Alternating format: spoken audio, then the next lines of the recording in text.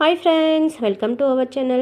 நாம் இன்னைக்கு பொட்டேட்டோவை வச்சு ஒரு ஈவினிங் ஸ்நாக்ஸ் எப்படி செய்யுதுன்னு பார்க்கலாம். உள்ளே வந்து சாஃப்டாகவும் மேலே கிறிஸ்பியாகவும் எம்மியாக இருக்கும். கண்டிப்பாக ட்ரை பண்ணி பாருங்கள். இது செய்கிறதுக்காக நான் 2 உருளைக்கிழங்கு வந்து வேக வச்சு மசிச்சு வச்சுருக்கேன். இது கூடவே 2 ஸ்பூன் அளவுக்கு அரிசி மாவு, 2 ஸ்பூன் அளவுக்கு கார்ன்ஃப்ளவர், 1/4 ஸ்பூன் அளவுக்கு மிளகுத்தூள், தேவையான அளவு உப்பு, 1/4 ஸ்பூன் அளவுக்கு சில்லி ஃப்ளேக்ஸ், கருவேப்பிலையை வந்து சின்ன சின்னதாக கட் பண்ணி போட்டுக்கிட்டேன். இதை வந்து நல்லா மிக்ஸ் பண்ணிக்கலாம்.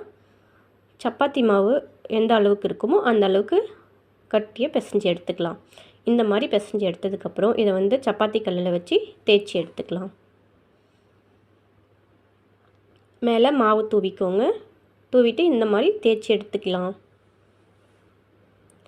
இப்போது கார்னர்லாம் கட் பண்ணிவிட்டு ஒரு ஸ்கொயர் ஷேப்புக்கு கட் பண்ணி எடுத்துக்கலாம். இந்த மாதிரி ஸ்கொயர் ஷேப்பில் கட் பண்ணதை ஒரு பேனில் எண்ணெய் விட்டு மிதமான சூட்டில் ஒன்று ஒன்றா போட்டு பொரித்து எடுத்துக்க வேண்டியது தான். இது வந்து நல்லா பொன்னிறமாக வர வரலும் மீடியம் ஃப்ளேம்லேயே வச்சு பொரித்து எடுத்துக்கலாம். இது உள்ளே சாஃப்டாகவும் வெளியே கிறிஸ்பியாகவும் இருக்கும்.